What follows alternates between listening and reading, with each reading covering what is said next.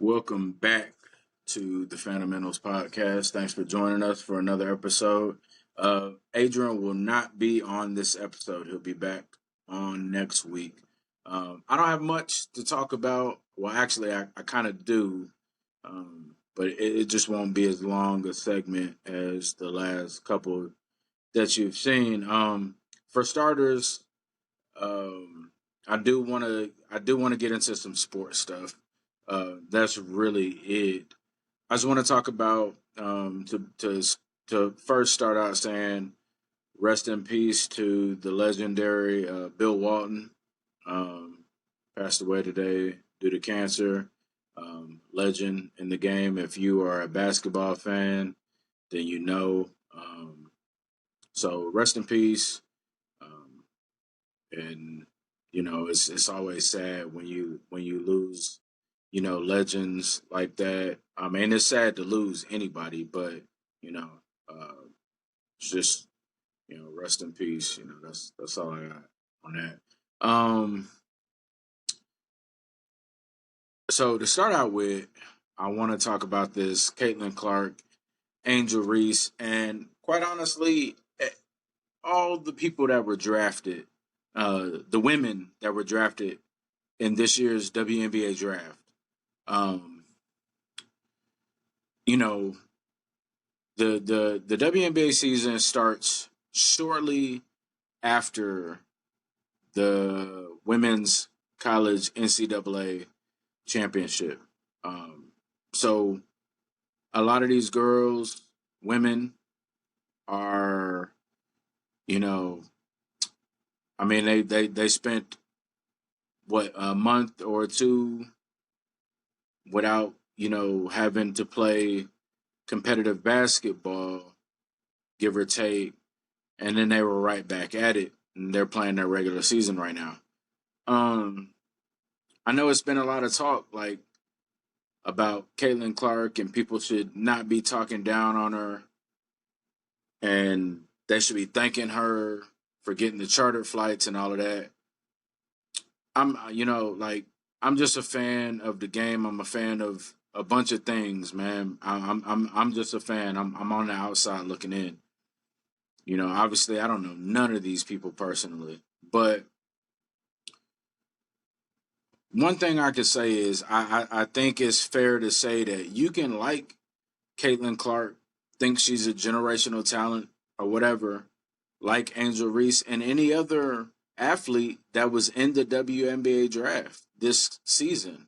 You can also think that the WNBA wouldn't be selling the tickets that it's selling without Caitlin Clark. And I mean, that's a fair argument.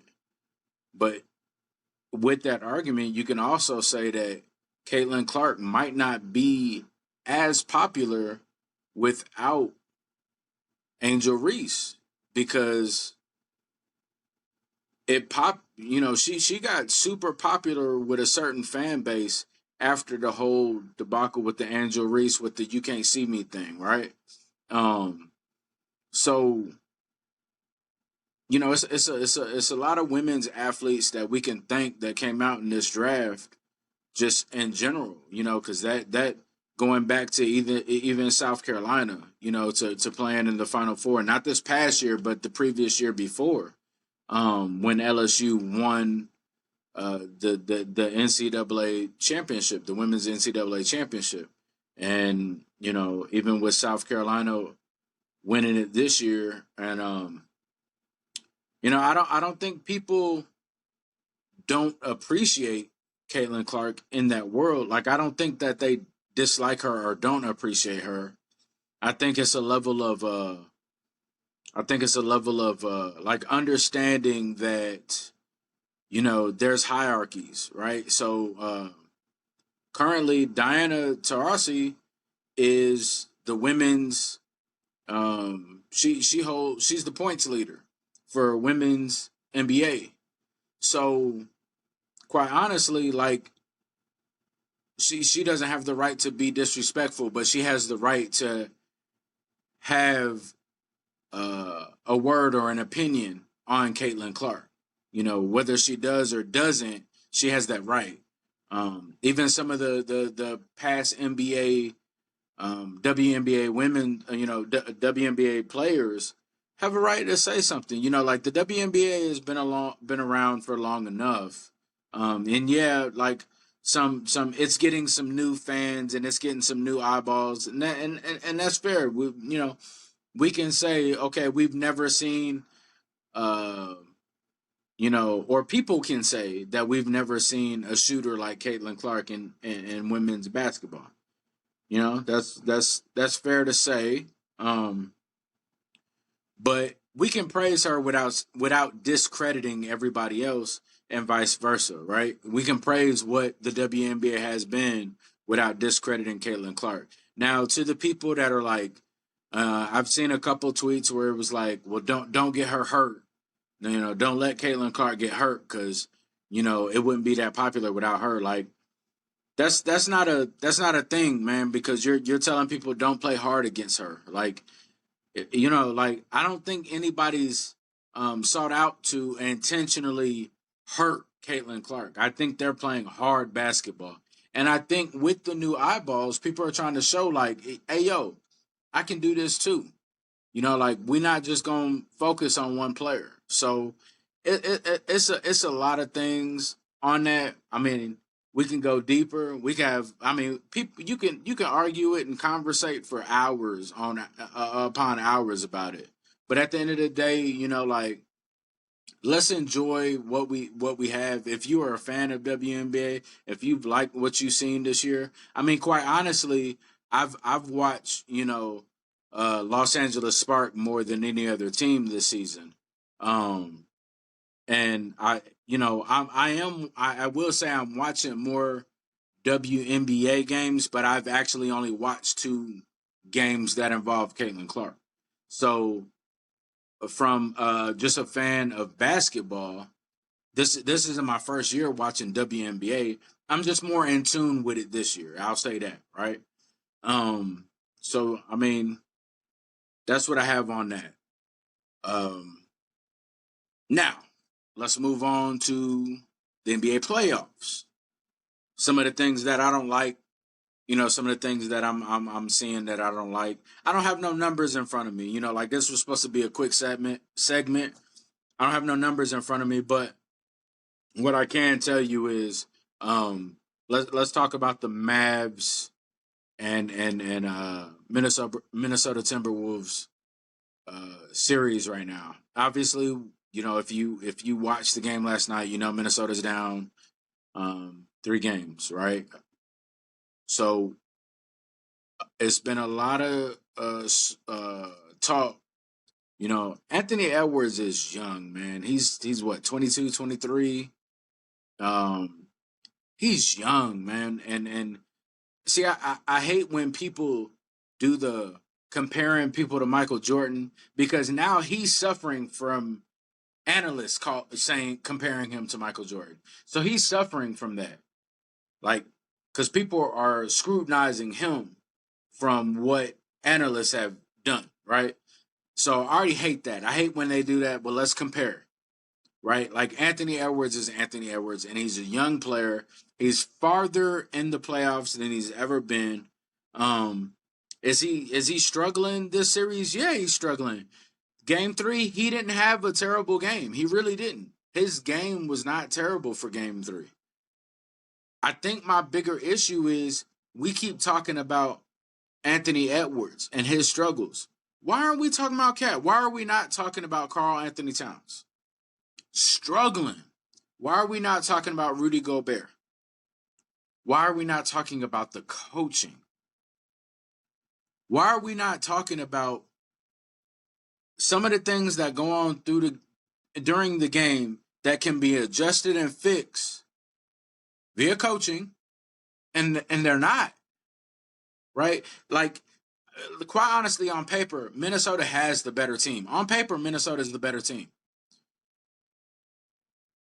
Dallas has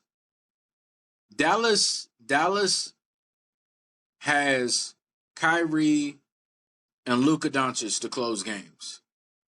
I will say every role player on Dallas has stepped up big time. No denying that. Like, you can't deny that at all. But on paper, Minnesota is better. And I personally think the coaching staff hasn't made the proper adjustments facing Dallas. Now, don't get me wrong. I'm not talking about who I want to win here, right? This is not because previous episodes, I didn't really know who was going to win. Like, I actually picked Minnesota only because I thought on paper they were the better team and I thought they were the deeper team, right?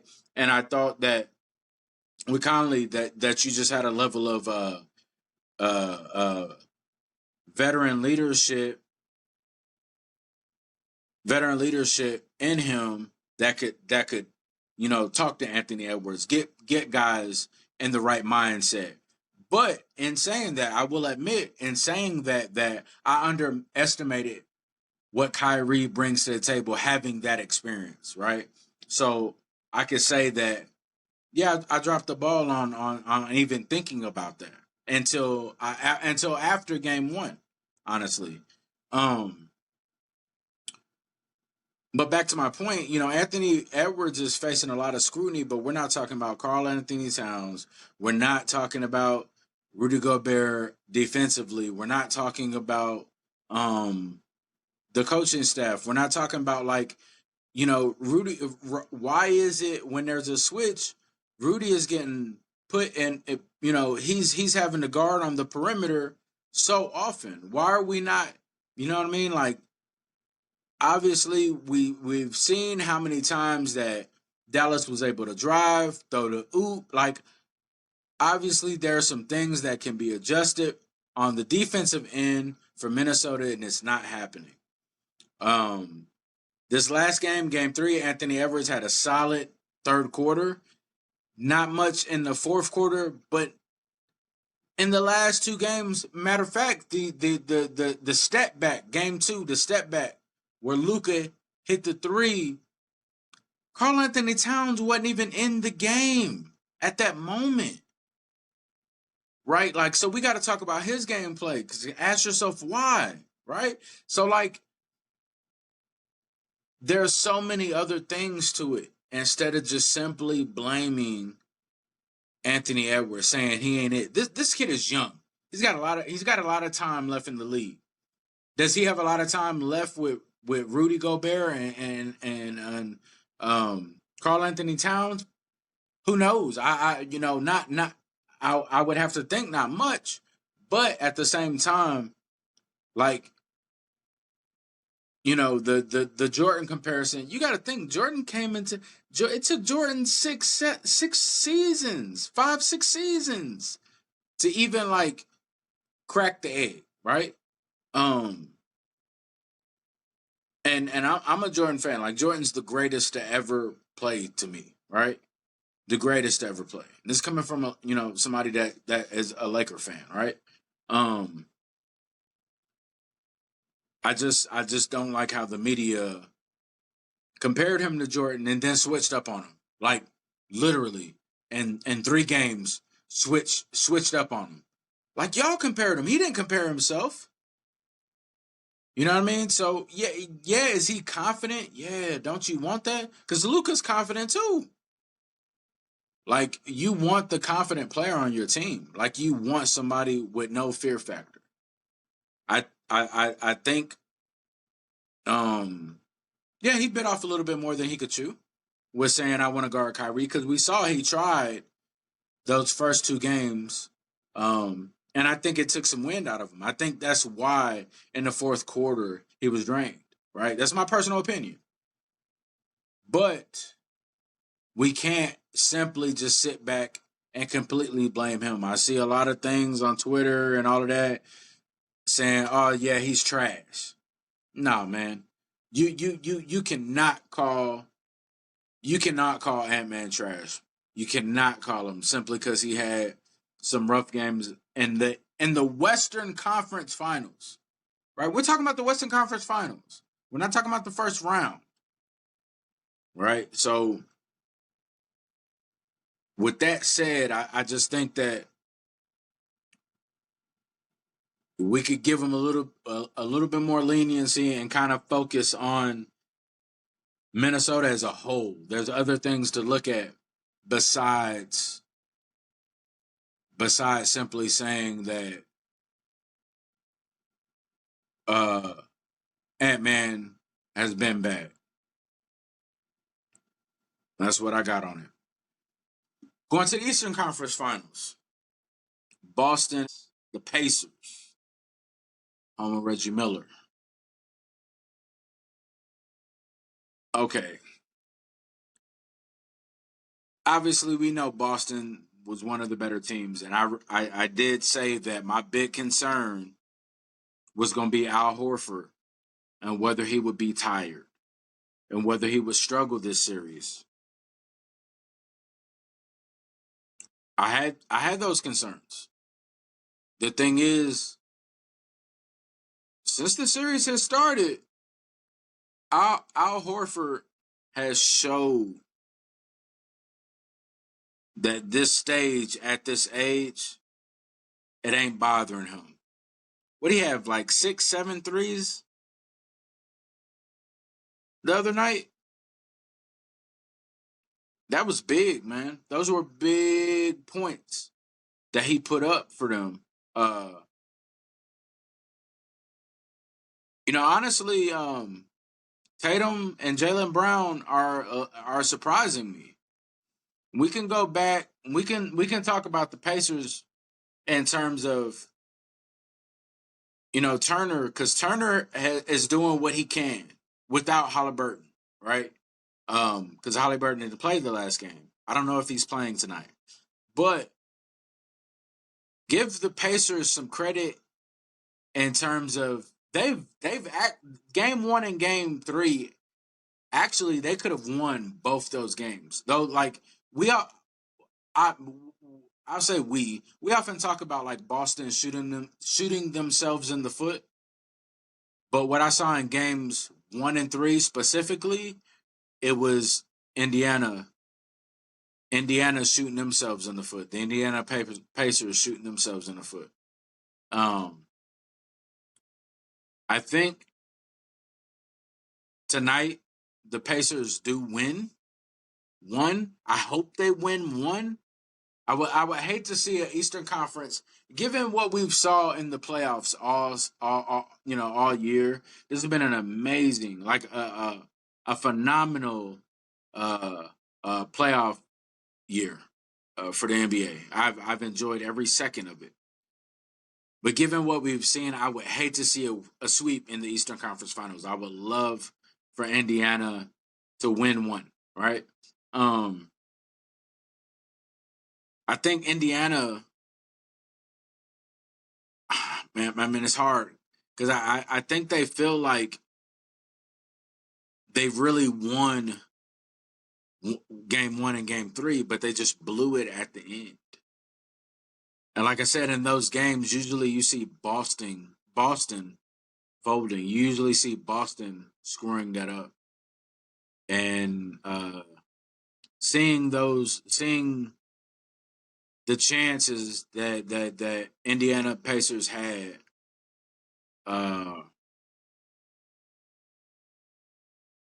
you got to think mentally for them. It's like we've given our all 3 games. Like they've played hard all 3 games. Like it, you know, beyond what I expected. Um, beyond what I expected. But I would love to see them continue to fight tonight. I would love to see them come out with a W tonight. Just because, again, I don't want to see a sweep in the Eastern Conference Finals with such good product being on the court this postseason. And kudos to Boston because they've everything that I've judged them for historically, and I hate Boston. Like I don't hate Boston as a place, but like in terms of the teams, I'm just not a fan of anything Boston. I don't like the Red Sox. I don't like the Patriots. I don't like the Celtics. That probably has a lot to do with me being a diehard St. Louis Cardinals fan, diehard Lakers fan and a diehard Rams fan, and a Blues fan for hockey. Um, which is interesting because like you know, I don't outside of that I could care less, right? But anyway, back to my point is the keys for tonight's game for Indiana is continue to do what you did in games 1 and 3. Again, I haven't looked. I don't know if Halliburton's playing tonight with that injury. I don't know. But even if you could do what you did with game 3, would minimize the self-inflicted wounds and you have a chance. The fight is there. It's the self-inflicted wounds. Siakam's been solid. Um, the extra pieces, the team has been solid overall. It just comes down to the self-inflicted wounds. So that's what I have on that. Real quick, I'm gonna switch to football. This is something I want to do on the next couple episodes in the future. If you have an NFL team and you have listened all the way through this episode, leave a comment, like, share. Let me know what your favorite team is, and I will do this for your team. I currently have the schedule for the Los Angeles Rams. I'm gonna go over the schedule and pick who I win, who I think is gonna win the game. Now, obviously, people are gonna think, well, you're a Rams fan. You're gonna think they're gonna win every game. Here's the thing. I'm very realistic, right? So when I think that we're gonna lose, I will say it, and I do. I have the belief that um, teams in the NFL, I think you should lose at least 4 games, right? I think that humbles a team. I think a team needs at least 4 losses going into the playoffs, right? Because if you've lost 4 times, I'm hopeful that it's due to some things that you need to work on, right? I'm hopeful that it wasn't that you took the game easy or you just didn't care because you're already in whatever. Any of those scenarios. I'm hopeful that it's just that the team figured out a kink in your armor and that you figured out you have a kink in your armor and how can we fix that kink in the armor, if that makes sense. All right. So real quick, I'm going to go over the Rams schedule, pick my winners and losers, right?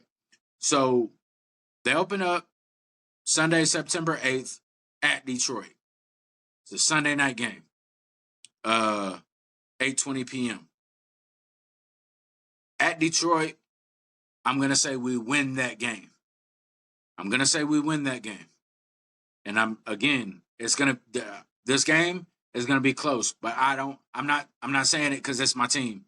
I'm saying it because I'm being realistic. It's going to be a close game. And look, it's May. This is just for fun, right? I will do this again like right before the season. I'll do this again in August. I'll do this again the weekend before September 8th. We can have a whole different discussion about it. All right. Week 1, September 8th, Sunday, September 8th, at Detroit.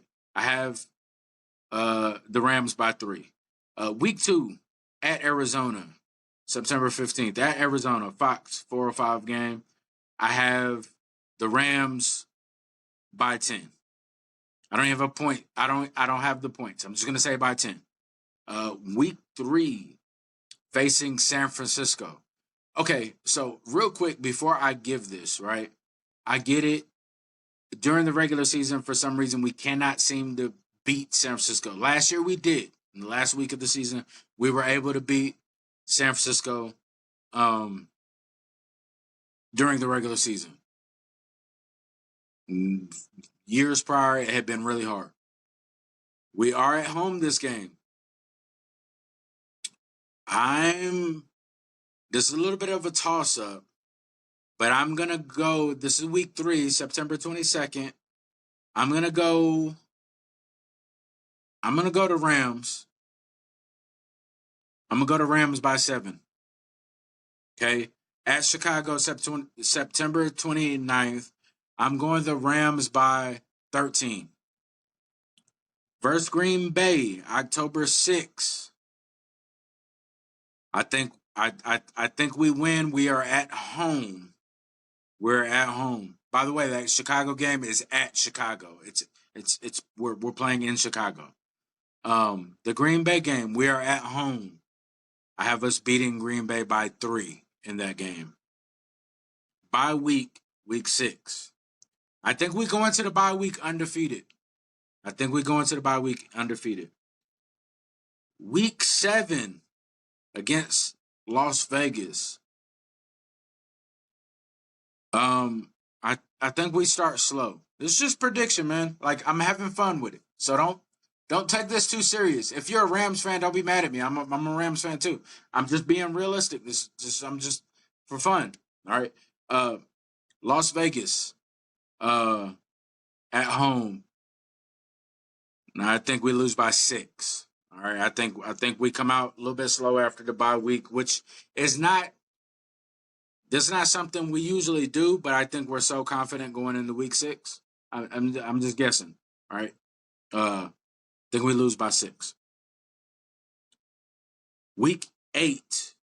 Now that's a Thursday game. That's literally 4 days later. At home. It is a primetime game. It's at 8:15. It's a Thursday night game, October 24th, against Minnesota. Now we beat Minnesota, but it's going to be ugly. I think it's a low-scoring game. I think we win by maybe a last-second field goal. That's what we're going to go with. Week 9, Sunday, November 3rd, at Seattle. We win that game by 7.